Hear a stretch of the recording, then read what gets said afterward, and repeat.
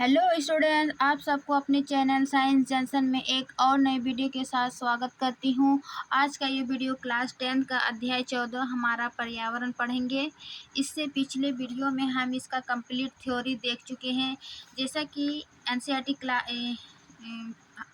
Class 10 में जो भी हर टॉपिक है उस टॉपिक को जो है पॉइंट टू पॉइंट नोट्स तैयार करके बताए हैं, ताकि आप कम समय में जो है वो बेहतर तैयारी कर पाएँ।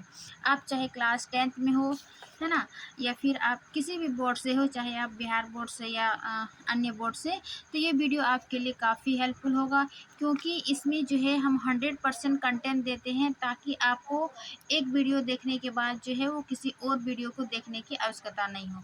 इस टॉपिक से रिलेटेड जितने भी प्रश्न बनने की संभावना रहती है उन्हीं उस सभी को हम ध्यान में रखते हुए हम नोट्स तैयार करते हैं और आपको वन शॉट जो है वीडियो प्रोवाइड करवाते हैं। आज का ये वीडियो इसी वन शॉट यानी कि हमारा पर्यावरण इस थ्योरी का इसका हम कंप्लीट प्रश्न उत्तर लेकर आए हैं। ये देखिए, अध्याय के चाहे वो प्रश्न अध्याय के बीच का प्रश्न हो या फिर अभ्यास का प्रश्न हो, इन सभी प्रश्नों को हम एक ही वीडियो में हल करेंगे। तो आप लोग वीडियो के अंत तक बने रहें, ठीक है। चलिए बिना देरी के शुरू करते हैं हमारा पर्यावरण। इसके बीच का जो पहला प्रश्न है, पेज नंबर है 292, ठीक है ना, 292। इसका पहला प्रश्न है कि पोषी स्तर क्या है? एक आहार श्रृंखला का उदाहरण दीजिए तथा इसमें विभिन्न पोषी स्तर बताइए। ठीक है ना, पूछ रहा है कि एक पोषी स्तर क्या है। तो हम इसका थ्योरी पार्ट में जो पढ़ा है उसी को, जो थ्योरी नोट्स में लिखा हुआ है उसको हम अलग से नहीं लिखेंगे, बस हम एक जगह इकट्ठा करके बताएंगे कि आपको ये आंसर कहाँ मिलेगा। ठीक है ना। तो पोषी स्तर क्या है कि पोषी स्तर एक आहार श्रृंखला में उन जैविक घटकों को जिनमें ऊर्जा का स्थानांतरण होता है पोषी स्तर कहलाता है। जैसा कि हम यहाँ डायग्राम बनाए थे कि पोषी स्तर क्या है कि जिसमें ऊर्जा का स्थानांतरण एक, है ना, एक जैविक घटकों से दूसरे जैविक घटकों में होती है। ऊर्जा का भी हम बहाव जो बताए थे कि ये 10% नियम, यानी कि ये उत्पादक यदि 1000 केजी यानी कि कैलोरी जूल उत्पन्न करती है, तो इसका ये जो है 10% अगला प्राप्त करेगा, फिर इसका अगला 10%, फिर इसका अगला 10%, इस प्रकार ये 10% का नियम भी बताए थे। यानी कि पोषी स्तर ये हो गया कि आहार श्रृंखला में उन जैविक घटकों को जिनमें ऊर्जा स्थानांतरण होता है पोषी स्तर कहलाता है। ठीक है ना। एक आहार श्रृंखला में ऊर्जा का स्थानांतरण एक दिशा होता है। एक दिशा कहने का मतलब क्या है कि ये उत्पादक हुआ, उत्पादक के बाद जो है प्राथमिक उपभोक्ता, फिर प्राथमिक से द्वितीय, यानी कि ये एक दिशीय होता है। उत्पादक से ये इधर तृतीय ऊपर की ओर एक ही दिशा में ऊर्जा का प्रवाह होता है। ठीक है ना। उसके बाद हरे पौधे सूर्य का 1% भाग जो है वो पत्तियों पर पड़ता है, बाकी जो है वो अवशोषित करता है। यहाँ तक लिखना है ये पोषी स्तर वाला। ठीक है ना, पोषी स्तर क्या है। उसके बाद ये डायग्राम बनाना है कि उपभोक्ता के अगले स्तर के लिए जो है ऊर्जा की बहुत ही कम मात्रा उपलब्ध हो पाती है। अतः आहार श्रृंखला में सामान्यतः 3 अथवा 4 ही चरण होती है। यानी कि जैसे ही वो प्राथमिक से द्वितीय, द्वितीय से तृतीय उपभोक्ता की ओर जाती है, तो ऊर्जा की इसके जो स्तर है वो कम होती जाती है। इसीलिए जो है वो पोषी स्तर में सामान्यतः 3 से 4 ही स्तर होती है ना। प्राथमिक उपभोक्ता, द्वितीय और तृतीय। प्राथमिक में कौन आया, ये जैसे ग्रास होपर हो गया, है ना। उसके बाद द्वितीय में मेढक हो गया, तृतीय में सांप हो गया, है ना, सांप को फिर बंद खाएगा। इस प्रकार ये पोषी स्तर होता है कि मैक्सिमम जो है वो 3 और 4 ही चरण होती है ना। और ऊर्जा का स्थानांतरण होते रहता है, इसी को क्या कहेंगे, पोषी स्तर। तो ये पहला प्रश्न का उत्तर हो गया। अब है दूसरा कि पारितंत्र में अपमार्जकों की क्या भूमिका है। ठीक है ना। अपमार्जक किसको बोलते हैं, जो सूक्ष्मजीव होता है, जैसे बैक्टीरिया हो गया, फंगस हो गया, इन्हीं को क्या कहेंगे, अपमार्जक। इसको क्यों अपमार्जक बोलेंगे और इसकी क्या भूमिका है, आइए जानते हैं। प्रश्न 2 क्या है कि बैक्टीरिया तथा फंगस आदि जो है वो सूक्ष्मजीव अवशेषों का अपमार्जन कहते हैं। है ना। इसको क्या कहेंगे, अपमार्जक, क्योंकि ये जीव जो है वो जटिल कार्बनिक पदार्थों को सरल कार्बनिक पदार्थों में बदलते हैं। जैसे कि हम इसमें पढ़े थे जैव निम्नीकरणीय पदार्थ, ये क्या करते हैं, सूक्ष्मजीव जैव निम्न पदार्थ को, ये छोटे छोटे घटकों को, है ना, जैसे कि सब्जियों के छिलके हो गया, कागज़ हो गया, ये क्या करते हैं, छोटे छोटे घटकों में बदल देते हैं, है ना, यानी कि जटिल कार्बनिक पदार्थ को सरल कार्बनिक पदार्थों में बदल देते हैं। इसीलिए इसको क्या कहेंगे, अपमार्जक, यानी ये पदार्थ जो है वो मिट्टी अवशोषित लेती है तथा अतः ये सूक्ष्म जीव जो है वो पुनः चक्रण में सहयोग करते हैं तथा पर्यावरण को गंदगी से बचाते हैं। यानी कि इस प्रकार ये क्या हो जाएगा, पुनः क्रिया, यानी कि बार बार ये क्या करेगा, जटिल पदार्थ को सरल पदार्थ में तोड़ेगा, बार बार बदलेगा। तो इससे क्या होगा, ये पुनः चक्रण होगा। पुनः चक्रण के बाद जो है जो भी अपशिष्ट पदार्थ होगा वो सूक्ष्मजीव द्वारा उसको अपमार्जन करते हैं, यानी कि पर्यावरण की जो भी गंदगी रहती है उसको साफ कर देते हैं, है ना। इस प्रकार जो है वो पर्यावरण को गंदगी से बचाते हैं। तो ये अपमार्जक की भूमिका था, है ना, भूमिका थी ये पारितंत्र में। तो ये दूसरा प्रश्न है। अब इसका नेक्स्ट पेज का प्रश्न देखते हैं, पेज नंबर 295, है ना। पहला है कि क्या कारण है कि कुछ पदार्थ जैव निम्नीकरणीय होते हैं और कुछ अजैव निम्नीकरणीय, ठीक है ना। तो इसका जैव निम्नीकरण और अजैव निम्नीकरण हम बताए थे थ्योरी में कि कचरे में जो है वो निम्न पदार्थ होते हैं, यानी कि कचरे में क्या क्या होते हैं। तो पहला था जैव निम्नीकरणीय और दूसरा था अजैव निम्नीकरणीय। जैव निम्नीकरण में क्या होता है कि वैसे पदार्थ होते हैं जिसमें जो है वो सूक्ष्म जीवों के कारण छोटे छोटे घटकों में बदल जाते हैं, है ना, उसी को क्या कहेंगे, जैव निम्नीकरणीय पदार्थ। इसका उदाहरण हो जाएगा फल तथा सब्जियों के छिलके, सूती कपड़ा, जूट, कागज आदि। ये सभी क्या करते हैं, ये सूक्ष्मजीवों द्वारा पदार्थ को, यानी कि जटिल पदार्थ को सरल पदार्थों में तोड़ देते हैं, छोटे छोटे घटकों में बदल जाते हैं। इन्हीं को क्या कहेंगे, जैव निम्नीकरणीय पदार्थ। फिर दूसरा है अजैव निम्नीकरणीय पदार्थ। अजैव निम्नीकरणीय पदार्थ क्या है कि जो सूक्ष्मजीवों द्वारा, है ना, सूक्ष्मजीवों के कारण घटकों में परिवर्तित नहीं हो पाते हैं, जैसे कि प्लास्टिक हो गया, पॉलीथीन हो गया, है ना, जो पर्यावरण को प्रदूषित करते हैं और ये अपघटित नहीं हो पाते हैं, उसी को क्या कहेंगे, अजैव निम्नीकरणीय पदार्थ। तो ये पहला प्रश्न था कि क्या कारण है कि कुछ पदार्थ जैव निम्नीकरणीय होते हैं और कुछ अजैव निम्नीकरणीय। तो अभी हम देखें जैव निम्नीकरण जो सरल घटकों में परिवर्तित हो जाते हैं, है ना, और अजैव निम्नीकरणीय जो है वो परिवर्तित नहीं होते हैं, जैसे प्लास्टिक, पॉलीथीन हो गया। फिर दूसरा प्रश्न है कि ऐसे दो तरीके सुझाएं, है ना, जिनमें जैव निम्नीकरणीय पदार्थ पर्यावरण को प्रभावित करता है। कि ऐसे दो तरीके आपको सुझाव करना है या फिर बताना है जो जैव निम्नीकरणीय पदार्थ जो है वो पर्यावरण को प्रभावित करते हैं, ठीक है ना।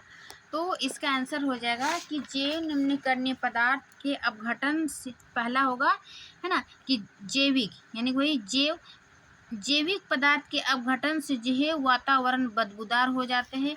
जब ये जैव पदार्थ, यानी कि जो भी फल, छिलके, ये सभी क्या है, जैव निम्नीकरणीय पदार्थ, ठीक है ना।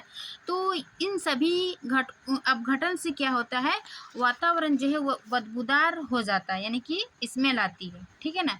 फिर इसका दूसरा पॉइंट है कि इनके अपघटन के दौरान कुछ विषैले गैसें उत्पन्न होती है, यानी कि इसके अपघटन से कुछ विषैले गैस उत्पन्न होती है, जैसे कार्बन डाइऑक्साइड, है ना। इससे क्या होता है, पर्यावरण को दूषित करती है। कार्बन डाइऑक्साइड जब अधिक मात्रा में हो जाती है तो क्या होता है, ग्रीन हाउस प्रभाव, है ना। तो जैव निम्नीकरणीय अपघटन से भी ये दो प्रभाव हुआ कि वातावरण बदबूदार हो जाता है ना। उसके बाद इसके अपघटन से कुछ गैस उत्पन्न होती है जो पर्यावरण को प्रदूषित करते हैं, जैसे कि कार्बन डाइऑक्साइड, ठीक है। दूसरा प्रश्न था। अब तीसरा है कि ऐसे दो तरीके बताएं जिनमें अजैव निम्नीकरणीय पदार्थ पर्यावरण को प्रभावित करते हैं। जैसे कि जैव निम्नीकरणीय में देखें, उसी प्रकार अजैव निम्नीकरणीय जो होता है उसको अपघटित ना होने पे दो तरीके बताएं जो पर्यावरण को प्रभावित करते हैं। ठीक है ना। तो इसका पहला है कि अजैव निम्नकर्णीय पदार्थ अपघटित ना होने के कारण जो है वो पर्यावरण पर लंबे समय तक रहते हैं। जब वो अपघटित ही नहीं होते हैं तो पर्यावरण पर लंबे समय तक रहेगा, ठीक है ना। उससे अतः पर्यावरण को प्रदूषित करते हैं, ठीक है। फिर इसका दूसरा पॉइंट है कि इनमें धरती पर गंदगी फैल रही है। जितना अधिक पॉलीथीन का यूज कर रहे हैं वो क्या होगा धरती जो है यानी पर गंदगी फैल रही है, पर्यावरण पर प्रदूषित हो रही है। ये सीवरेज व्यवसाय को भी प्रभावित कर रहे हैं। यानी कि ये जो सीवेज है ना, सीवेज उपचार तंत्र है, इसको भी ये जहाँ पे व्यवसाय होती है इसको भी ये क्या करती है, प्रभावित कर रही है। जैसे इसका सबसे अच्छा उदाहरण हो जाएगा प्लास्टिक की थैलियाँ, ठीक है। अब इसका तीसरा प्रश्न खत्म होता है। अब इसका नेक्स्ट पेज का प्रश्न देखते हैं, पेज नंबर 296। पहला है कि ओजोन क्या है, ठीक है ना। क्या है ओजोन, क्या है तथा यह किसी पारितंत्र को किस प्रकार प्रभावित करती है। यानी कि ओजोन परत क्या है या किसी पारितंत्र को ये किस प्रकार से प्रभावित करते हैं वो बताना है। तो ओजोन जब हम पढ़ रहे थे कि ओजोन परत जो है वो पृथ्वी की चारों ओर एक रक्षात्मक आवरण है जो किससे रक्षा करती है, जो सूर्य से आने वाली हानिकारक विकिरण है जिसको यूवी बोलते हैं, उस प्रकाश को अवशोषित कर लेती। कौन, ये ओजोन परत, ठीक है ना। पर सूर्य से आने वाली पराबैंगनी किरणें ये क्या करती है, अवशोषित कर लेती है। क्योंकि इस प्रकार से यह जीवों को स्वास्थ्य संबंधी हानियाँ उससे जब हमारे शरीर यदि वो यूवी यानी कि पराबैंगनी किरण यदि वो अवशोषित नहीं करेगी तो वो सीधे हमारी त्वचा पर पड़ेगी, है ना, हमारे बॉडी पर पड़ेगी, जिससे क्या होगा, त्वचा कैंसर, मोतियाबिंद, कमजोर परिरक्षा तंत्र, पौधों का नाश आदि होगी। तो इससे क्या करती है ये ओजोन परत, ये सभी चीज़ों से यानी कि स्वास्थ्य संबंधी जितनी भी हानियाँ हैं इससे हमें क्या करती है, रक्षा करती है ये ओजोन परत, ठीक है ना। ओजोन जो है वो मुख्य रूप से समताप मंडल में पाई जाती है। यानी कि वातावरण में जो परत है, क्षोभ मंडल, समताप मंडल, तो ये ओजोन परत समताप मंडल में पाई जाती है जो कि हमारे वायुमंडल का हिस्सा है, ठीक है ना। जमीनी स्तर पर ओजोन एक घातक जहर है। ये हो गया कि ओजोन क्या है तथा यह किसी पारितंत्र को किस प्रकार से प्रभावित करते हैं। तो किस प्रकार से ये जो है हमारे जितने भी स्वास्थ्य संबंधी बीमारियां होगी ये पराबैंगनी किरण से, उससे क्या करती है, ये हमें रक्षा करती है, ठीक है ना। कैसे रक्षा करती है, ये हानिकारक पराबैंगनी प्रकाश को क्या करते हैं, अवशोषित करके ये हमारे स्वास्थ्य संबंधी बीमारियों से रक्षा करती है। तो इस प्रकार ये पर्यावरण को प्रभावित करती है और ये हमें रक्षा भी करती हैं।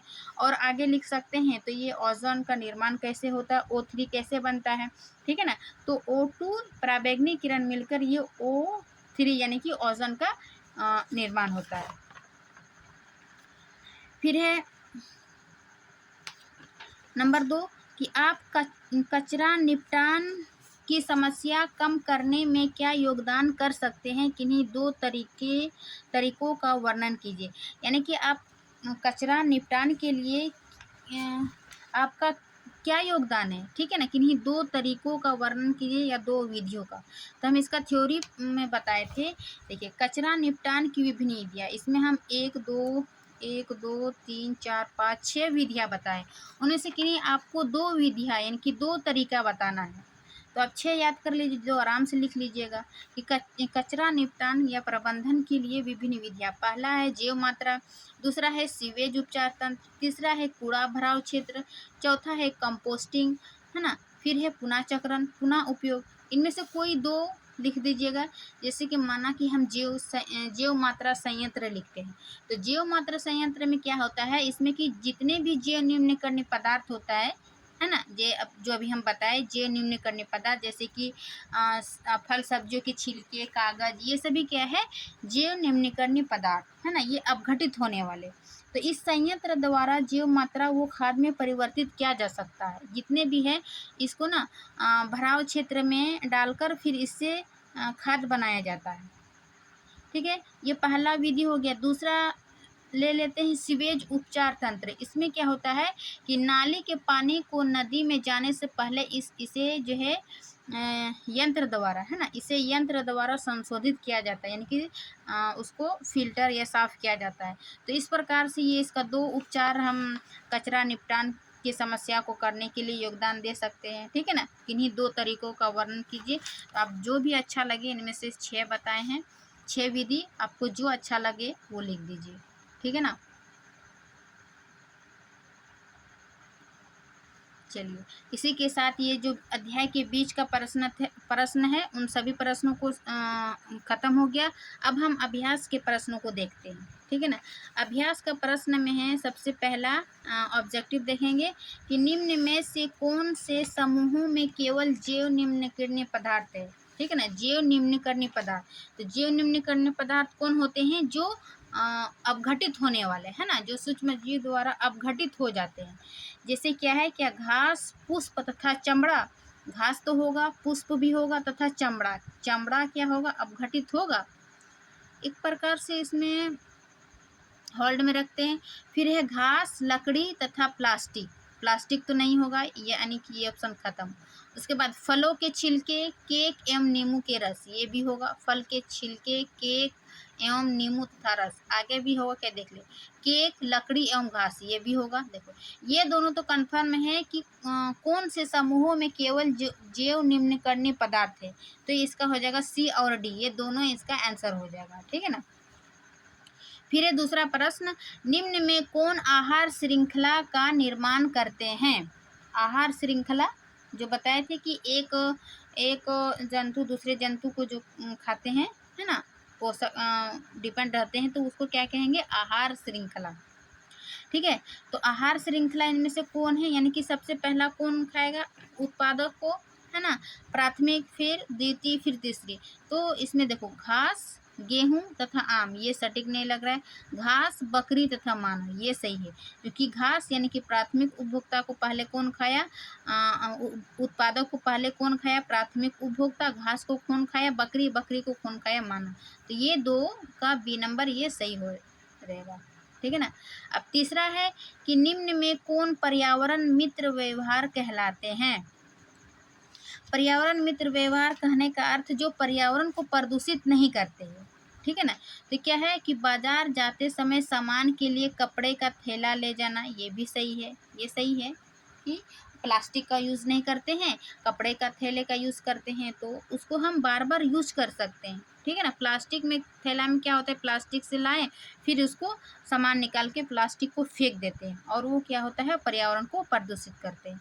तो वो प्लास्टिक जो है वो हमारे पर्यावरण मित्र नहीं कहलाते। पर्यावरण मित्र वही होता है जो पर्यावरण के हित में हो, ठीक है ना। तो ये ए नंबर सही होगा।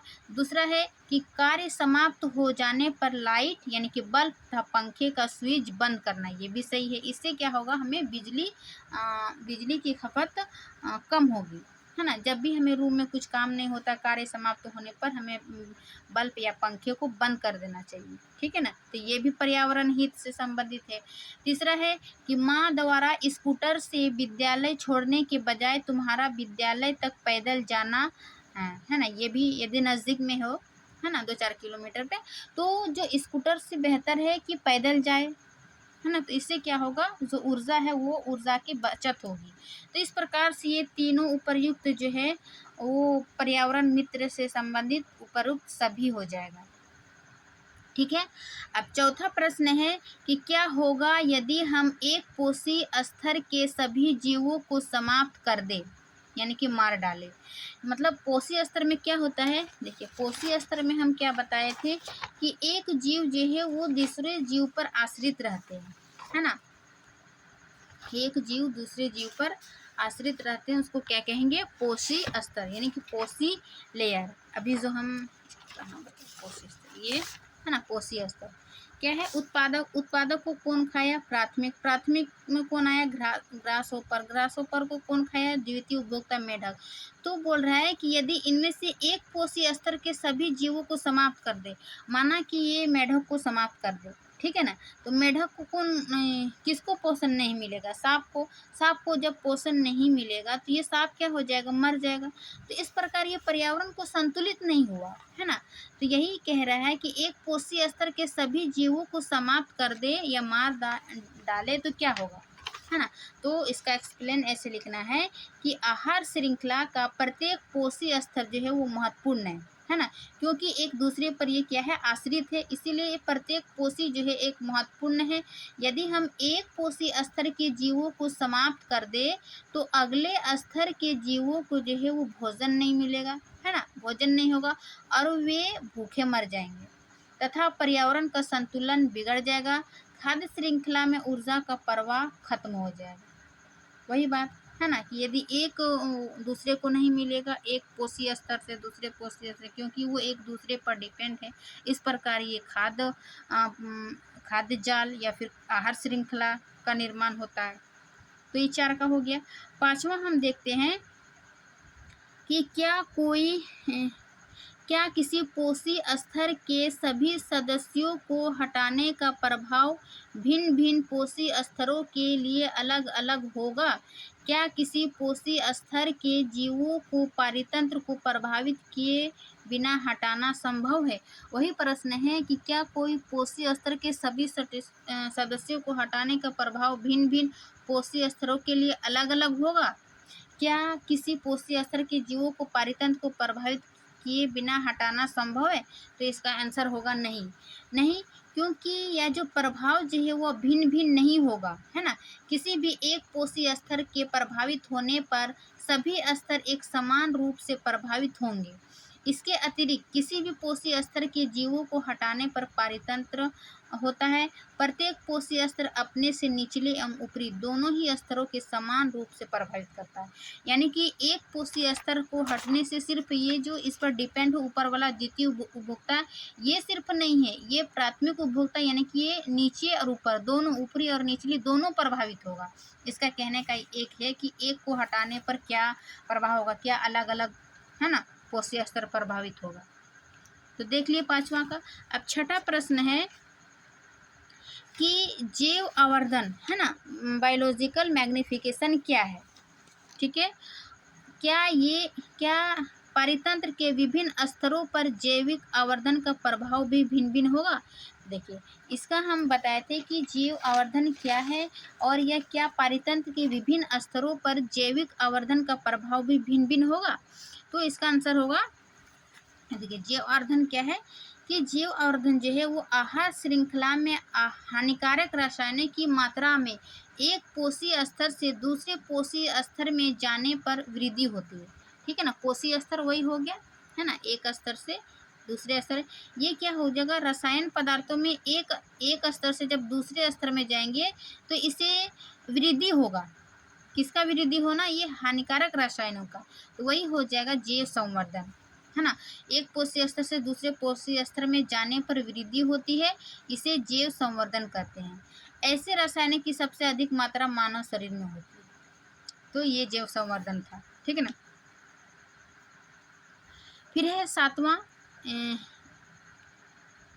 यहाँ पे प्रश्न था कि क्या पारितंत्र के विभिन्न स्तरों पर जैविक आवर्धन का प्रभाव भी भिन्न भिन्न होगा? तो इसका आंसर हो जाएगा हाँ, भिन्न भिन्न होगा। क्यों? क्योंकि ऐसे रसायनों की सबसे अधिक मात्रा किसमें होती है? मानव शरीर में। ठीक है ना। फिर है 7वां, क्या है 7वां प्रश्न कि हमारे द्वारा उत्पादित अजैव निम्नकरणीय कचरे से कौन सी समस्याएं उत्पन्न होती है? यानी कि अजैव निम्नकरणीय कचरे जैसे कि प्लास्टिक का यूज़ कर रहे थे ना, उससे जो है वो कौन सी समस्याएं उत्पन्न होगी वो बताना है। इससे तो बहुत समस्याएं उत्पन्न होगी, कौन कौन सा है वो आपको बताना है।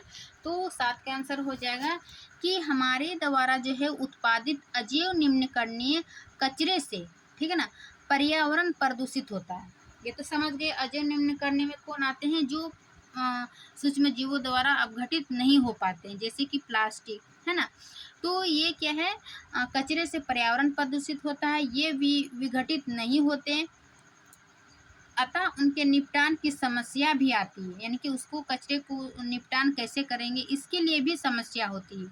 ये अनेक समस्याएं उत्पन्न करते हैं। वही पूछ रहा है कि ये हमारे पर्यावरण पर कौन सी समस्याएं उत्पन्न होती है। तो पहला है कि पारितंत्र के सदस्यों का ह्रास करते हैं, यानी कि पारितंत्र में जो भी सदस्य है उसको जो सबसे पहले ह्रास करते हैं उसकी कमी होती है, क्यों? प्रदूषित होने से, ठीक है ना। दूसरा है कि जैव आवर्धन निर्मित करके उसके वृद्धि करते हैं। जैव आवर्धन अभी हम बताए कि रासायनिक ये हानिकारक पदार्थ की वृद्धि करते हैं, है ना, उसी को जैव आवर्धन करेंगे। तो ये जैव आवर्धन निर्मित करके उसके वृद्धि करते हैं। तीसरा है जल, भूमि तथा वायु प्रदूषण फेंकते हैं, यानी कि करते हैं। जल, भूमि तथा वायु प्रदूषण को फैलाते हैं, है ना। ये इसका तीन पॉइंट हो गया कि अजैव न्यूनीकरण पर्यावरण को निपटान की क्या क्या समस्या उत्पन्न हो सकती है। फिर है 8वां प्रश्न कि यदि हमारे द्वारा उत्पादित सारा कचरा जैव न्यूनीकरणीय हो तो क्या इनका हमारे पर्यावरण पर कोई प्रभाव नहीं पड़ेगा? कि इससे कहने का अर्थ है कि क्या यदि सारा कचरा जैव न्यूनीकरणीय हो, यानी कि जैव न्यूनीकरणीय मीन्स अपघटित होने वाला हो, तो क्या इससे पर्यावरण पर कोई प्रभाव नहीं पड़ेगा, ठीक है ना। तो 8वां का आंसर हो जाएगा कि जैव न्यूनीकरणीय कचरा एक संपत्ति तक ही पर्यावरण को प्रदूषित करता है, यानी कि एक सीमित मात्रा तक ही ये पर्यावरण को प्रदूषित करता है। इसके बाद नष्ट होने पर जो है ये समाप्त हो जाता है, यानी कि जब तक ये अपघटित नहीं हो पाती है तब तक ये कचरा जो है वो पर्यावरण प्रदूषित करता है, और अपघटित होने के बाद जो है इसको बार बार पुनः चक्रण के माध्यम से ये इसके नष्ट होने पर समाप्त हो जाता है, ठीक है ना। फिर पुनः चक्रण में भी उपयोगी है। इनके विघटन के बाद जो है वातावरण में बदबू तथा विषैली गैसें उत्पन्न करती है। ये सभी जो है जैव न्यूनीकरण के बारे में हम पढ़ चुके हैं, उसी को बस लिखना है। अब लास्ट क्वेश्चन है 9वां, क्या है कि ओजोन परत की क्षति, ठीक है ना, ओजोन परत की क्षति हमारे लिए चिंता का विषय क्यों है? ठीक है, अभी हम पढ़ रहे हैं कि ओजोन परत से ये किन किन चीज़ों के लिए रक्षा करती है। तो इसके क्षति हमारे लिए चिंता का विषय क्यों है? इस क्षति को सीमित करने के लिए क्या कदम उठाए गए हैं, ठीक है ना। जब हम ओजोन परत पढ़ रहे थे उसके लिए हम ये ह्रास भी पढ़े, उसकी कमी से क्या क्या कदम उठाए हैं। तो सबसे पहले जो है वो 1985 में पहली बार अंटार्कटिका में जो है वो ओजोन परत की मोटाई में कमी देखी गई है, जिसे ओजोन छिद्र के नाम से जाना जाता है। ये सबसे पहले देखा गया अंटार्कटिका में, कब? 1985 में, ठीक है ना। उसके बाद से ओजोन की मात्रा में इस तीव्रता से गिरावट का मुख्य कारण जो है वो मानव संश्लेषित रसायन, यानी कि इस ओजोन छिद्र की मोटाई में जो देखी गई है कमी, तो इसका सबसे बड़ा कारण है कि मानव द्वारा जो उपयोग होती है, जिससे CFC यानी कि कार्बन क्लोरोफ्लोरोकार्बन को माना जाता है।